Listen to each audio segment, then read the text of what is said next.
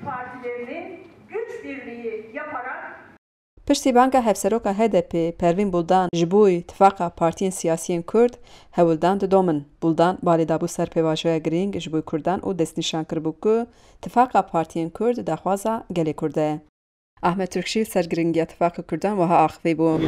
Lê em bawerin ki hemû siyasetê Kurda jî û em jî ji aliyê me jî de em yekîtiya Kurda bînin holê hemû dinya bibîne Kurd ji bo mafê xwe, ji bo pêşeroja xwe, ji bo jiyanek azad yekîtiya xwe ava dikin. Partiya Sosyalîst a Kurdistan, PDK Bakur, PDK Türkiye, Hareketa Azadî û OSP di civînek xwarinê de bi nûnerên HDP re hatibûn bahev lê Partiya Azadiya Kurdistanê û Partiya Sosyalîst a Kurdistanê beşdarê civînê nebûn. Serokê Partiya Sosyalîst a Kurdistanê Mesûd Ek dibêje beriya du mehan du nûnerên HDP ji bo peywendiyan serdana partiya wan kiriye. Wan jî weka PSK xwastiye ku hem ji bo gotûbêja siyasî a Tirkiye û çar perçeyê Kurdistanê di asta serokan de ji medyayê dûr dixwazin bi hev re bicivin û rexne û bîr û baweriya xwe şevdûra bêşin. Mesûd Ek dide xuya kirin ku dawetnameya hev serokên HDP ji bo partiyên siyasî şandine jî di vê çerçeveyê de bûye. Lê beriya komxebatê li ser rojevê şertên tifaqê biaxivin, hevserokê HDP daxuyaniyek daye çapemeniyê.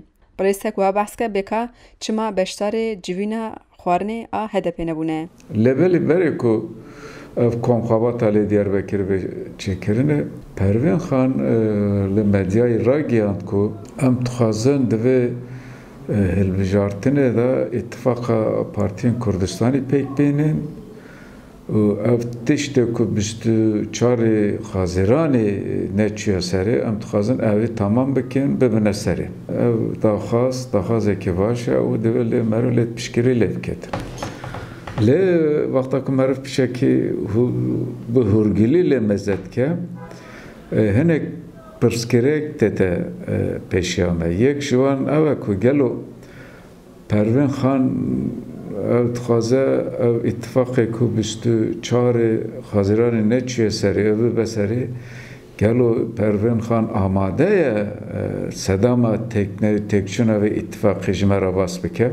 Cîgirê Serokê Partiya Azadiya Kurdistanê Hanîfî Turan jî hewildanên îtifaqa partiyan ji bo hilbijartina 24 Hezîranê bi bîr dixe û dibêje HDP hêj raya giştî re agahdar nekiriye ku ew hewildan çima têkçiye û tê xwestin ku bêjin partiyên Kurdistanî li ser hejmara parlamenteriyê li hevdû nekirine. Hêjî sebebê çima di 24 Hezîranê de wê îtifaqê xera kirin hêjî ji raya giştî ra ji çapemeniyê ra ji me re rasta rast negotine di kulîsan da dibêjin efendim gotin nizam 20 milletvekîlî û nizam çend he parlamenter û bi wî away melser wî away li hev nekir lê newsa bû ab rastiya wî neûbû hê me wê meselê ji xwe xeber nedabû.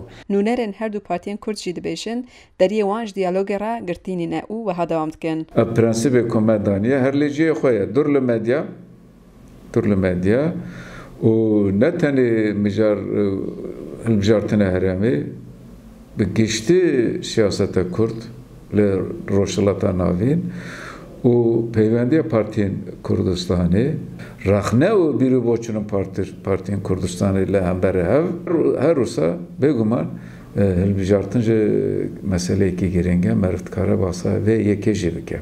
Em ji diyaloga qet negirtîne lê em dixwazin di van hilbijartinan da bi rastî hedefa me ku em bi rengê xwe têkevin hilbijartinan. Hacî Can Farqîn, Dengê Amerîka, Amed.